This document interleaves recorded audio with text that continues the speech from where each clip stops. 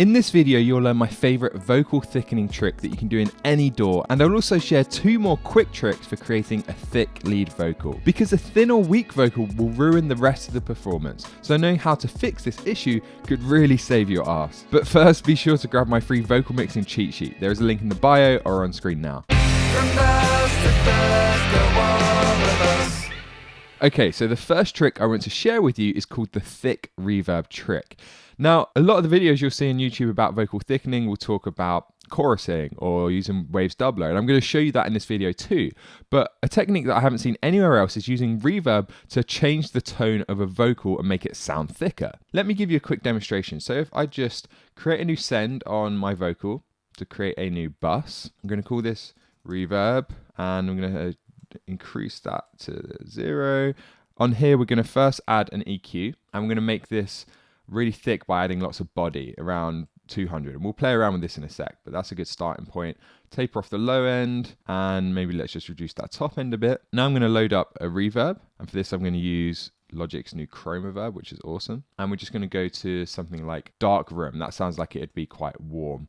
And then we're gonna just get rid of this because we've used the EQ plugin already. Now let's see how this sounds when I solo the vocal with this reverb.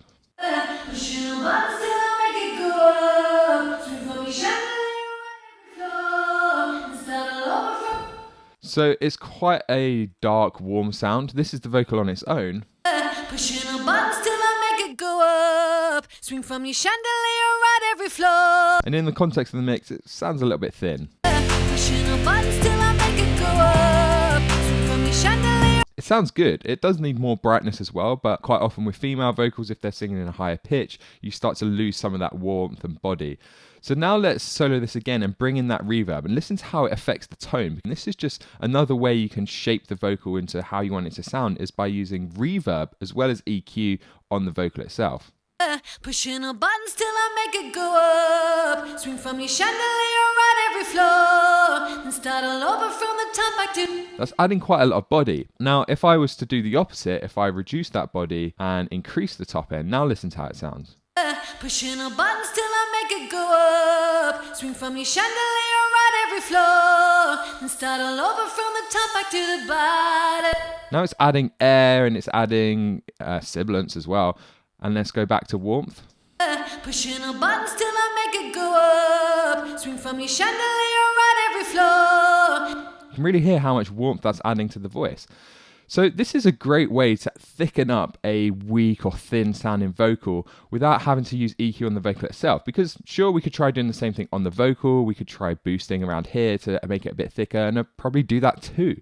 But this is just another way we can thicken up that vocal that sounds a bit more natural than just applying EQ directly to the vocal sometimes. And normally a combination of those two, EQ directly on the vocal and a kind of warm, dark reverb, is going to thicken that up. Let's listen in the context of the mix now. Pushing a button till I make it go up. Swing from your chandelier right every floor. Start all over from the top back to the bottom. Right in your elevator. So now we just need to get to the point where we're happy with the way the reverb sounds. Now, this track hasn't been mixed yet. We're at the balancing stage. And the reason I'm thickening up the vocal here is because normally when I'm prepping for a mix, I'm going through, I'm checking the channels, I'm adding gain staging. I'll spend some time on the vocal doing some subtractive EQ, removing any room resonances, not trying to make it sound different, because if we're soloing the vocal in this context and we're just prepping the mix, we don't want to make it sound different. We just want to find any ugliness like room resonances or sibilance and try and tame that.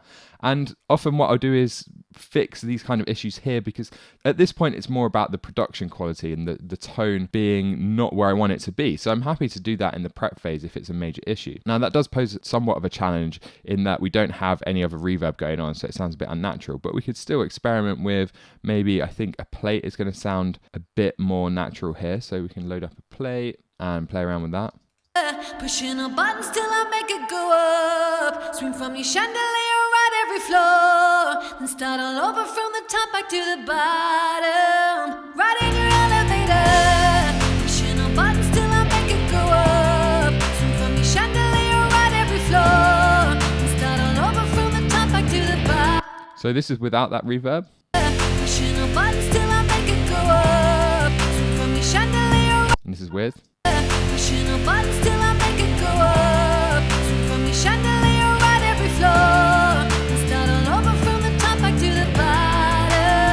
without. Pushing a button till I make it go up. With. Pushing a button till I make it go up. Swing from your chandelier right. So we're adding thickness, but it's quite subtle, it's quite musical, and it sounds quite natural. So now I want to move on to the next trick, which is using Wave's vocal doubler. I find myself using Wave's vocal doubler quite often on backing vocal groups if I want to give them a bit more spread and beef them up to make it sound a bit more choral. But it works really well on a second bus with a lead vocal sometimes, and we can call this doubler. Let's solo that vocal again. And I'm going to use Wave's vocal doubler, which is very affordable. If you don't have it already, don't be scared off by this, because you can get it for $30 in some of the Wave sales, bundled with a bunch of other plugins. So let's use doubler 4, and let's just leave it as it is. That's fine. The default setting, we've got like detuned on the left. So basically what it's doing is we've got multiple variations. We've got the original down the center, and because we've got this on a bus, we're going to get rid of that. And then on the left hand side, we've got one that's 6 dB quieter. It's got a bit of a delay and it's detuned by 6. And then we've also got another one on the left that's a bit quieter, a bit more of a delay and a bit more detuned, and then the same on the right. And you have a graphical representation of it here. Right now, only 2 of these are engaged. That's not going to sound quite as dramatic, so we'll give that a go first. So let's just increase that bus then, solo this, and have a listen to how it sounds. Pushing a buttons till I make it go up. Swing from your chandelier right every floor. Then start all over from the top back to the bottom. So it almost sounds like chorusing. It's got a slightly different characteristic to a chorus, and I'm going to show you how chorusing sounds in a second. But we can just tuck this in underneath, and as I bring this up, the vocal starts to sound thicker, but it will also start to have kind of this nice shimmer to it and this nice sheen that fits really well in a lot of modern mainstream pop kind of tracks. Pushing a buttons till I make it go up. Swing from your chandelier right every floor. Then start all over from the top back to the bottom. Right in your elevator. Pushing a buttons till I make it go up. Swing from your chandelier right every floor. Then start all over from the top back to the bottom. So I tend to have it quite subtle. When we bring it up here, it starts to get into that obvious kind of chorusing effect, and I just tend to get to that point and then back it off a touch. Let's listen in the context of the mix now. So this is without. Pushing a buttons till I make it go up. Swing from your chandelier. And with. Pushing a buttons till I make it go up. Swing from your chandelier right every floor. Then start all over from the top back to the bottom. Right in your elevator. Pushing a buttons till I make it go up. Swing from your chandelier right every floor. Then start all over from the top back to the bottom. Right in your elevator. Pushing a buttons till I make it go up. So again, it's pretty subtle, but it's just adding a bit more thickness and a bit more interest. It just adds that kind of sheen as well, where it starts to sound a bit shimmery and a bit more produced. But in a lot of situations, that works really well. Now, you can still do this trick if you don't have Wave's vocal doubler, because we can manually replicate this, because it's just a delayed and detuned duplicate. So I'm just going to show you one example of this, and then if you want to go and do 4 different versions like Wave's vocal doubler, then you can do that too. But first we just need to create 2 buses, and you can do this in any DAW. The process is going to be similar. So now we've got 2 more buses, so we can do detune 1 and detune 2. Then if we link them, it's going to make this a little bit easier. So I'm going to send them to the same group, and that just means when we turn the faders up and down, they'll both go together. The first thing we want to do then is detune them. So we can just go to pitch shifter, and then we can pan this one to the left, like so. Pan one to the left, one to the right, and then we can turn that group back on.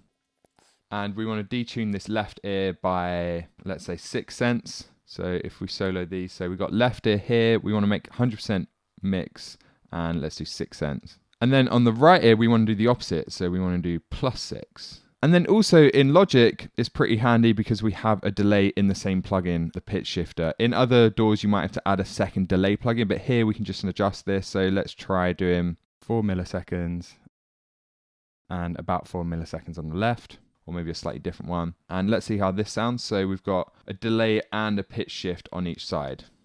Pushing a buttons till I make it go up. Swing from your chandelier right every floor. Then start all over from the top back to the bottom. Right Ride in your elevator, pushing a button till I make it go up. Swing from your chandelier, ride every floor, then start all over from the top. So it's pretty drastic there, but then we can do the same thing. We can bring this in so we notice it and then back it off.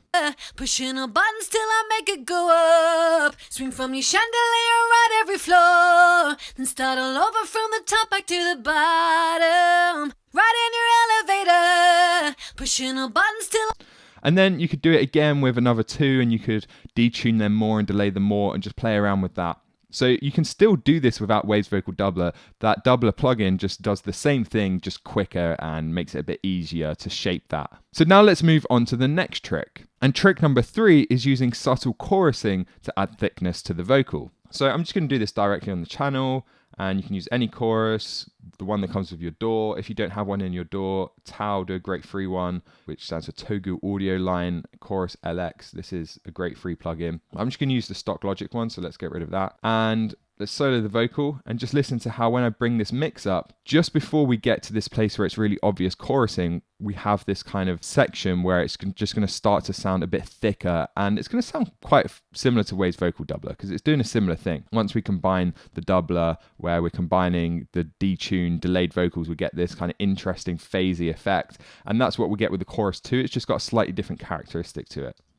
Pushing a button till I make it go up. Swing from your chandelier, ride every floor, then start all over from the top back to the bottom. Ride in your elevator, pushing a button till I make it go up. And this might be easier to hear if I disable that doubler. So let's do that again. Pushing a button till I make it go up. Swing from your chandelier, ride every floor, then start all over from the top back to the bottom. Ride in your elevator, pushing a button till I make it go up. Swing from your chandelier, ride every floor, then start all over from the top back to the bottom. Ride in your elevator. So you can hear there, when I bring that back in, it's subtle, but it's doing a similar thing. It's thickening it up, it's adding that shimmer, and when we combine that with the Waves Vocal Doubler, pushing a button till I make it go up. Swing from your chandelier, ride every floor, then start all over from the top back to the bottom. Ride in your elevator, pushing a button till I make it go up. Swing from your chandelier, ride every floor, then start all over from the top back to the bottom. Ride in your elevator. so we want it to be pretty subtle. It's not meant to sound like an obvious chorus effect unless that's what you're going for, and that's fine if you're using it creatively. But in this context, when we're just trying to add a bit of thickness, we want it to be quite subtle. So that old trick of bringing it up till you hear it and then backing it off until it's just really nice and subtle, and you just notice it when you're bypassing. You just kind of notice that something's missing when that plugin is bypassed. So now let's compare with and without all three. So let's do this first in solos. So this is with no reverb, no chorus, no doubler. Pushing a button till I make it go up. Swing from your chandelier, ride every floor. And now this is with those effects. Pushing a button till I make it go up. Swing from your chandelier, ride every floor. So now the vocal has a lot more body, it has a lot more warmth to it, and we can now start to work with this in the context of the mix. And as we're shaping the vocal itself, we don't have to rely purely on EQ to try and add that body. We can now add some top end to make it sound brighter whilst keeping that low end warmth and body. So let's do that again in the context of the mix. So this is without anything. Pushing a button till I make it go up. Swing from your chandelier. And this is with. Pushing a button till I make it go up. Swing from your chandelier, ride every floor, and start all over from the top back to the bottom. Ride in your elevator, pushing a button till I make it go up. Swing from your chandelier, ride every floor, then start all over from the top back to the bottom. So when you combine those three tricks together, you can really notice that. I often find myself just using one or two of those.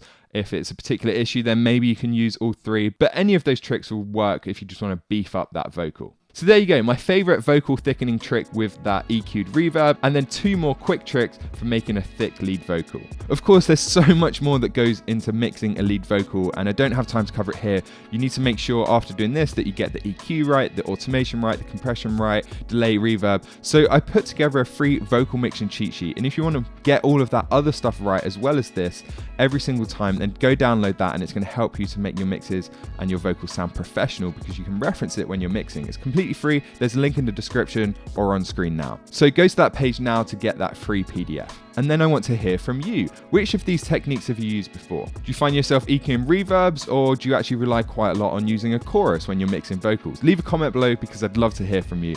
That's all from me. I'll see you again next week, and remember, create regardless.